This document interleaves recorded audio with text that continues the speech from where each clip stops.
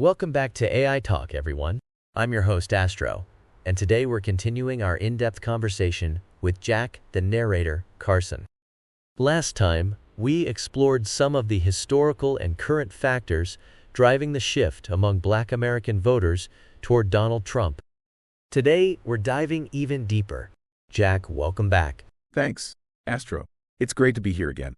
We covered a lot of ground in our last conversation, but there's so much more to discuss. Absolutely. Let's pick up where we left off. We talked about the disillusionment with the Democratic Party and the appeal of Trump's economic policies. One area that often gets overlooked is the role of community and grassroots movements. Can you talk about how these movements are influencing Black voters?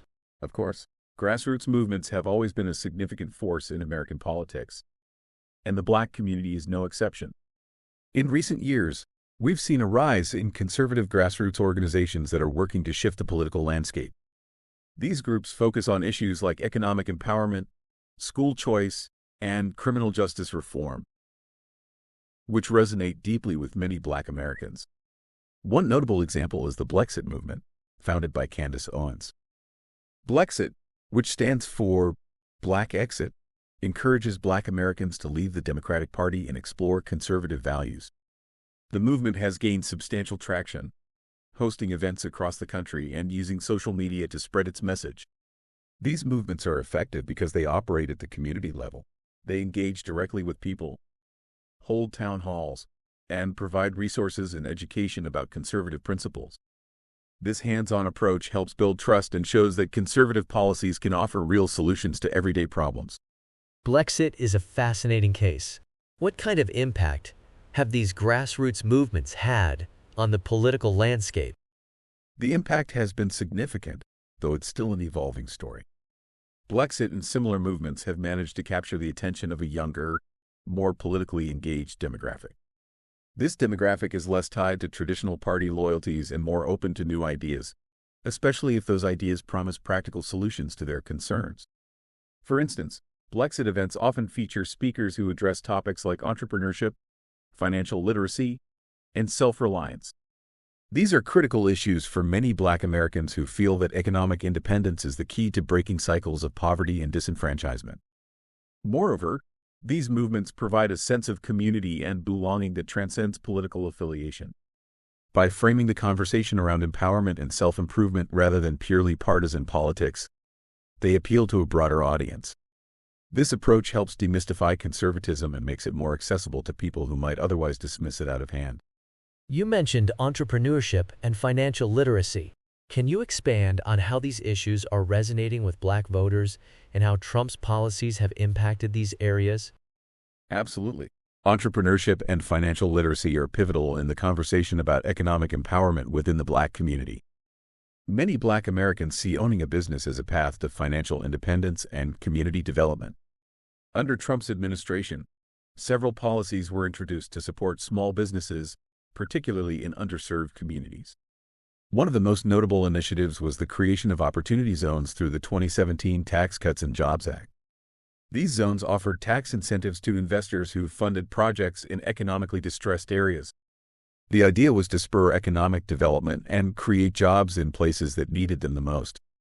Many of these zones are in predominantly Black neighborhoods, and while the success of the program has been mixed, it has certainly provided opportunities for investment that didn't exist before. Another critical area is access to capital. Historically, Black entrepreneurs have faced significant barriers in securing loans and investment for their businesses. The Trump administration worked to address this by supporting community development financial institutions, CDFIs, and minority depository institutions, MDIs, which provide financial services to underserved communities. By bolstering these institutions, the administration aimed to increase the flow of capital to Black-owned businesses. Financial literacy is another crucial component.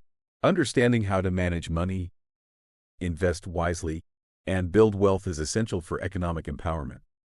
Organizations like Blexit and other conservative groups often hold workshops and seminars on financial literacy, helping individuals make informed decisions about their finances. This knowledge empowers people to take control of their economic future and builds a foundation for long-term stability. These are significant points, Jack. But let's address the elephant in the room: the perception of Trump and his rhetoric on racial issues. How do these grassroots movements reconcile this with their support for him? That's a complex and nuanced issue, Astro. Trump's rhetoric has undoubtedly been polarizing, and his statements on race have sparked controversy.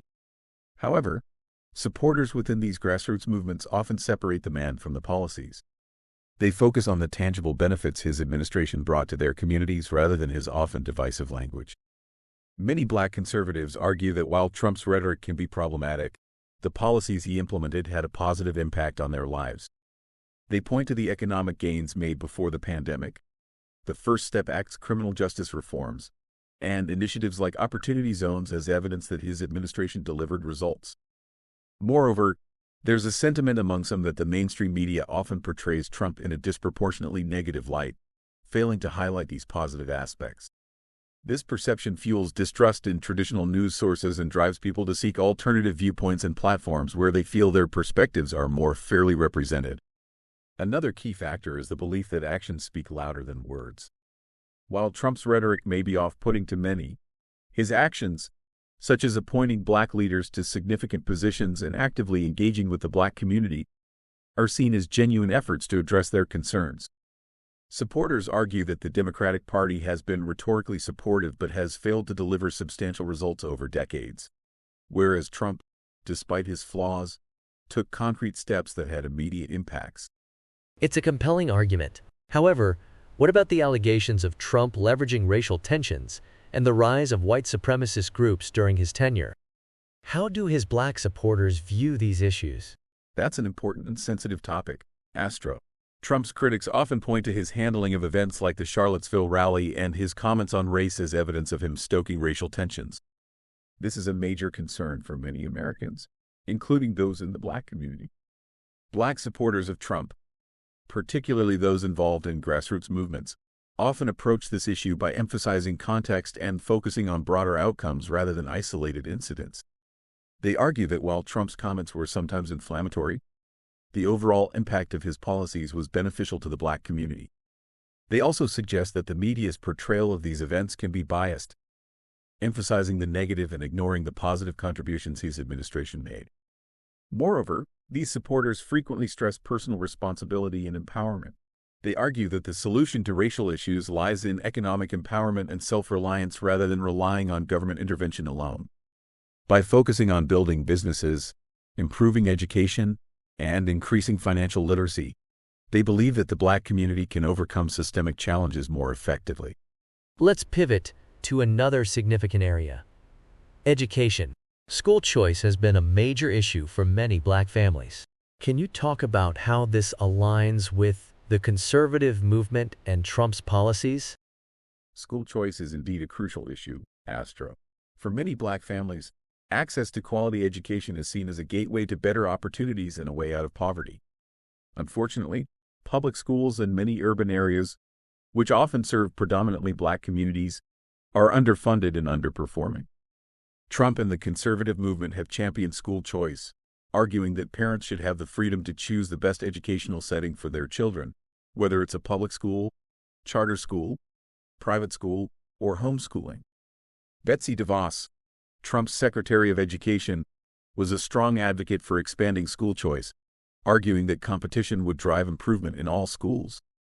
The idea is that by providing vouchers or tax credits, parents can afford to send their children to schools that offer a better education, thus breaking the cycle of poor schooling and limited opportunities. This policy is particularly appealing to black families trapped in failing school districts.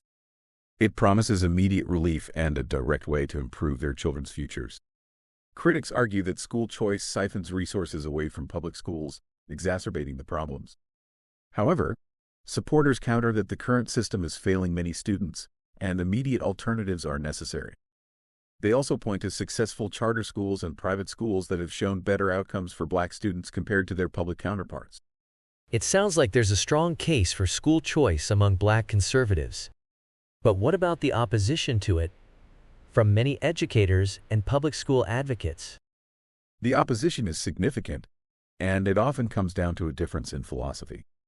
Public school advocates argue that instead of diverting funds to alternative schools, the focus should be on adequately funding and reforming public schools. They believe that improving teacher salaries, updating curriculums, and increasing resources for public schools will lead to better outcomes for all students. On the other hand, Black conservatives and school choice advocates argue that waiting for systemic reforms to take effect can mean generations of children will continue to receive subpar education. They believe that immediate access to better educational options is essential, especially for communities that have been underserved for so long. It's a debate between short-term solutions and long-term systemic changes. Both sides have valid points, but for many Black families, the urgency of their children's education leads them to support immediate alternatives that school choice offers. You've outlined the policy aspects well. Let's move to the cultural and social dynamics. How are Black conservative voices navigating the cultural landscape, especially when faced with significant opposition from within their own communities? Navigating the cultural landscape as a Black conservative can be challenging. The mainstream narrative often positions conservatism as antithetical to Black interests, creating a cultural barrier. However, Black conservative voices are increasingly finding ways to articulate their perspectives and influence the conversation. One approach is by reclaiming the narrative around what it means to be Black and conservative. Figures like Candace Owens, Larry Elder, and others emphasize that being conservative doesn't mean abandoning one's racial identity or community. Instead, they argue that conservatism offers practical solutions to the issues facing Black Americans. Social media plays a significant role in this. Platforms like Twitter, YouTube, and podcasts allow Black conservatives to reach wide audiences without the gatekeeping of traditional media. They can share their stories, present data, and engage directly with their followers. This direct engagement helps demystify conservative ideas and shows that they are rooted in a desire to improve the community. These voices also emphasize the importance of debate and open dialogue. By engaging with their critics and addressing tough questions, they work to show that conservatism can be a viable and effective political stance for Black Americans. It's clear that social media is a powerful tool for these movements. Can you give us examples of how this is playing out in real time? Absolutely. Let's take Candace Owens as a prime example. She has used her platform to discuss issues like the importance of family structure, economic empowerment, and the role of government in individual lives. Her videos often go viral, reaching millions of viewers and sparking widespread discussion. Another example is the rise of Black conservative influencers on platforms like YouTube. Channels that focus on political commentary, such as Anthony Brian Logan and the Officer Tatum, attract significant followings. These influencers often dissect current events, debunk what they see as misinformation, and provide conservative perspectives on issues affecting the Black community. Podcasts are another powerful medium. Shows like The Candace Owens Show and The Larry Elder Show allow for deep dives into topics that resonate with their audiences. These platforms offer more nuanced discussions than typical media soundbites, helping to build a more informed and engaged listener base. Additionally, these influencers often collaborate with one another, creating a network of voices that amplify their message. They hold panel discussions, cross-promote each other's content, and organize events that bring their online communities together in real life. These examples highlight the growing influence of Black conservative voices. What challenges do they face in gaining broader acceptance, both within the Black community and the wider political landscape? The challenges are substantial. Within the Black community, Black conservatives often face accusations of betrayal or being labeled as sellouts. The historical ties between the Black community and the Democratic Party run deep, and breaking away from that can be seen as a rejection of communal solidarity. To counter this, Black conservatives emphasize that their advocacy is driven by a desire to uplift the community through different means. They argue that economic freedom, educational choice, and personal responsibility can lead to greater empowerment and self-sufficiency. In the wider political landscape, Black conservatives must navigate a media environment that can be hostile or dismissive of their perspectives. They often feel that their voices are marginalized in mainstream discussions, and their ideas are sometimes caricatured rather than engaged with substantively. However, there are signs of growing acceptance and interest. As more Black conservatives gain prominence and their arguments are heard by wider audiences, there is a gradual shift in how they are perceived. Allies within the broader conservative movement are also working to amplify their voices and ensure that their contributions are recognized and valued. It seems that perseverance and clear communication are key. Speaking of communication, let's talk about the role of historical narratives. How do Black conservatives use history to support their viewpoints and challenge the prevailing narratives? History is a powerful tool for Black conservatives. By revisiting historical events and figures, they aim to provide context and challenge the prevailing narratives that often dominate political discourse. They emphasize aspects of history that highlight conservative principles and question long-held assumptions about the relationship between Black Americans and the Democratic Party. For example, Black conservatives frequently point to the Republican Party's role in the abolition of slavery in the Civil Rights Movement. They highlight figures like Frederick Douglass, a former slave who became a leading abolitionist and Republican. By doing so, they aim to show that conservatism has deep roots in the fight for Black liberation and empowerment. Another historical figure often referenced is Booker T. Washington, who advocated for self-reliance, education, and economic independence. Washington's philosophy of vocational training and entrepreneurship aligns closely with modern conservative ideals, and his legacy is used to argue that these principles can lead to genuine progress for Black Americans. Black conservatives also critique the impact of the New Deal and Great Society programs. While these initiatives are often credited with helping to reduce poverty, Black conservatives argue that they also led to increased dependency on government aid and the erosion of the Black family structure. They use these historical critiques to support their calls for policies that promote economic independence and personal responsibility. These historical references are compelling. How do Black conservatives address the counter-arguments that these perspectives overlook the benefits that government programs have provided to the Black community? Black conservatives acknowledge that government programs have provided benefits, but they argue that the long-term consequences have often been detrimental. They believe that while these programs may offer immediate relief, they can create a cycle of dependency that stifles initiative and self-sufficiency. To address these counter-arguments, Black conservatives emphasize the need for a balanced approach. They support targeted assistance that empowers individuals to improve their circumstances rather than creating perpetual dependency. For instance, they advocate for programs that provide temporary support while encouraging education, job training, and entrepreneurship. They also stress the importance of community-based solutions. Black conservatives argue that local organizations and faith-based initiatives are often more effective at addressing specific community needs than large, bureaucratic government programs. By empowering local leaders and organizations, they believe that more sustainable and culturally sensitive solutions can be developed. Furthermore, Black conservatives often point to data and research that highlight the unintended consequences of government programs. For example, they reference studies showing that welfare policies have contributed to the breakdown of the family unit by disincentivizing marriage and stable family structures. By presenting these arguments, they aim to show that while the intentions behind government programs may be noble, the outcomes can sometimes be counterproductive. Let's pivot to another critical area: criminal justice reform. The First Step Act was a significant achievement under Trump. How do Black conservatives view this legislation, and what impact has it had on their communities? The First Step Act is viewed very positively by many Black conservatives. It represents a major step towards addressing systemic issues within the criminal justice system that disproportionately affect Black Americans.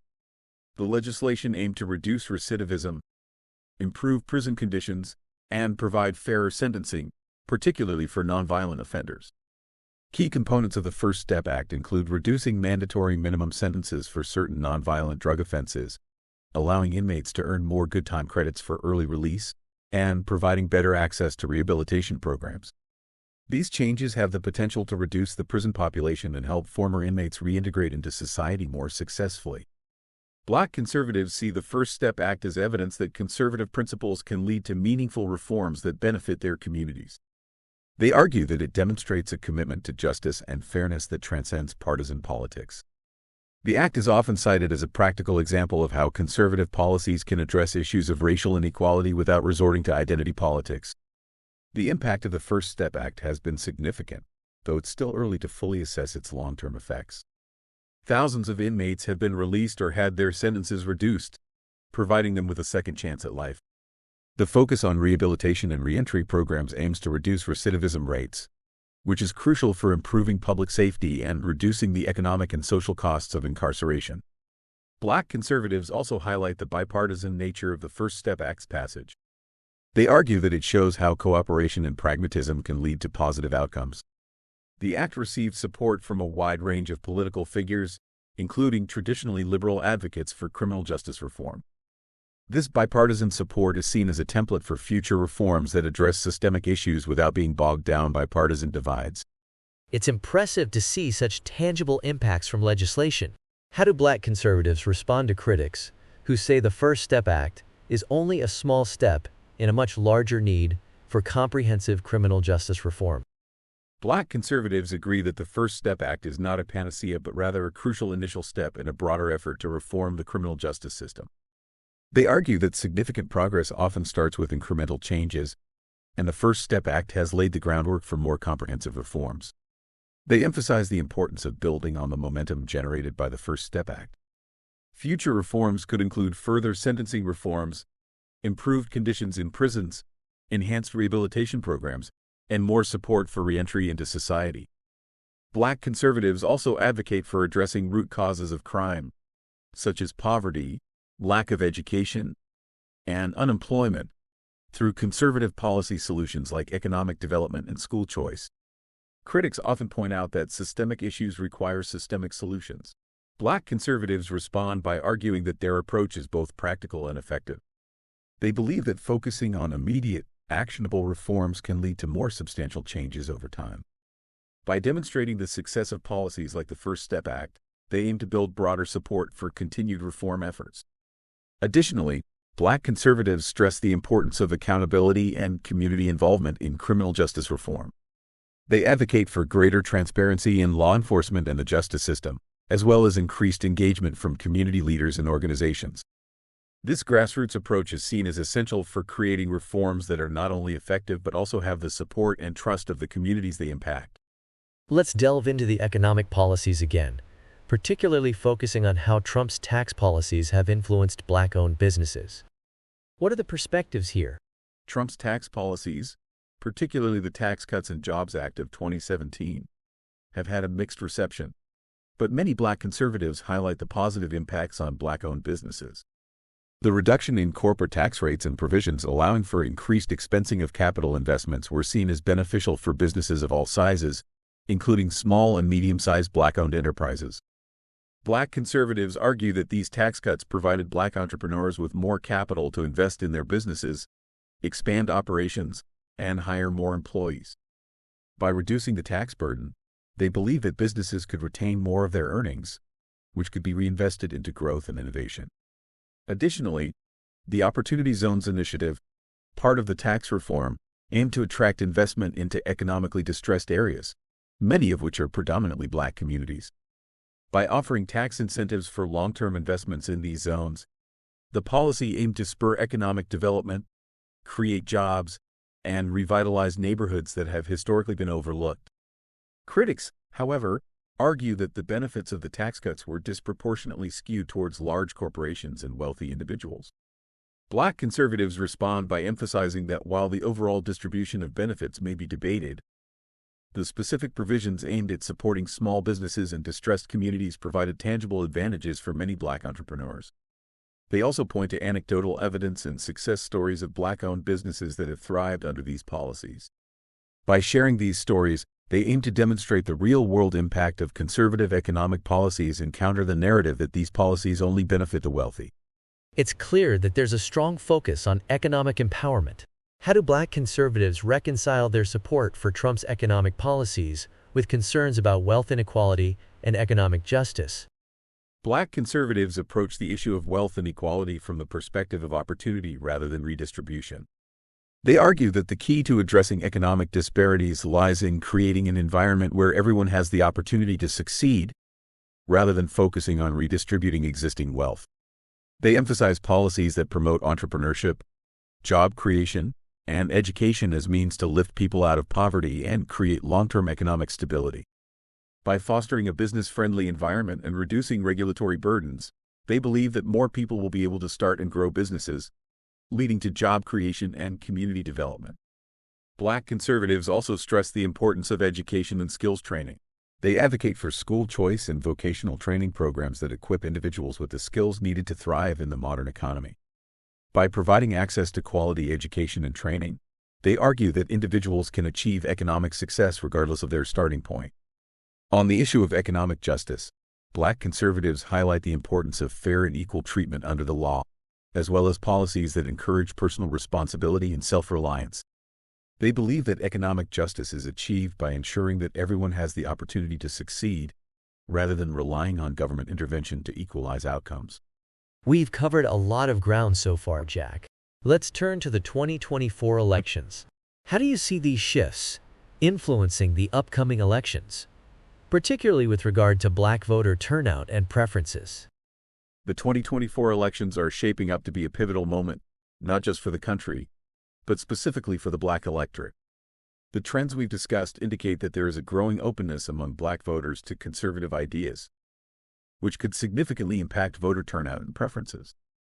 First, the economic gains during the Trump administration and the appeal of conservative economic policies are likely to resonate with Black voters who prioritize financial stability and growth. The focus on entrepreneurship, job creation, and tax policies that benefit small businesses can attract those who feel that these policies offer a practical path to economic empowerment. Second, the criminal justice reforms and the emphasis on law and order are important issues. Many Black voters are concerned about both systemic injustice and community safety. The First Step Act has shown that conservative policies can address criminal justice issues, which may lead to increased support from voters who see these reforms as beneficial. Third, education is a major factor. School choice and educational reform resonate with many Black families who are frustrated with failing public schools. The promise of better educational opportunities through conservative policies could sway parents and community leaders who prioritize education. Additionally, the cultural and social dynamics at play cannot be ignored. The growing visibility of Black conservatives and their active engagement on social media platforms help to break down stereotypes and present a more nuanced view of conservatism. This visibility helps normalize conservative ideas within the Black community and encourages open dialogue about political affiliation and policy preferences. Finally, the influence of grassroots movements like Blexit cannot be underestimated. These movements are mobilizing and energizing voters who feel disconnected from traditional party politics.